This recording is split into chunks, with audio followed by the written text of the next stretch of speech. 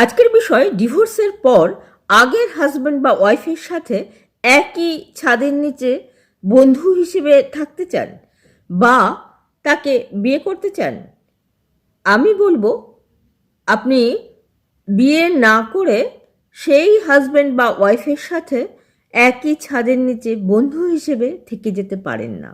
আপনি কোনো উইডো নারীকে বিয়ে করে খুব দুশ্চিন্তায় আছেন, পরনিন্দা বা লোকলজ্জাকে অ্যাভয়েড করতে পারছেন না। আমি বলবো আপনি মনে মনে ভাবুন, এই বৈধব্য দশার জন্য মেয়েটি কোনোভাবেই দায়ী নয়। মেয়েটি অবশ্যই অনেক বেশি বুদ্ধিমান হবে, ধৈর্যের পরীক্ষায় পারদর্শী হবে, আপনাকে অনেক বেশি ভালোবাসবে, আপনার সাপোর্ট করবে, সবসময় আপনার পাশে ছায়াসঙ্গী হয়ে থাকার চেষ্টা করবে।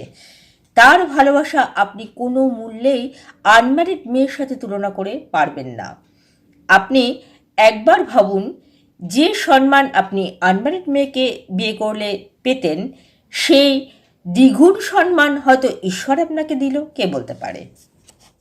অতীতের স্মৃতি যদি হয় সুন্দর, সেটাকে পাথেয় করে আপনি আগামী দিনে পথ চলতে পারেন, কিন্তু সেই স্মৃতি যদি হয় তিক্ত, যদি হয় দুঃসহ, সেটাকে পাথেয় করে এগিয়ে চলার চেষ্টা করলে আপনার দুর্ভোগ বাড়বে বই কমবে না।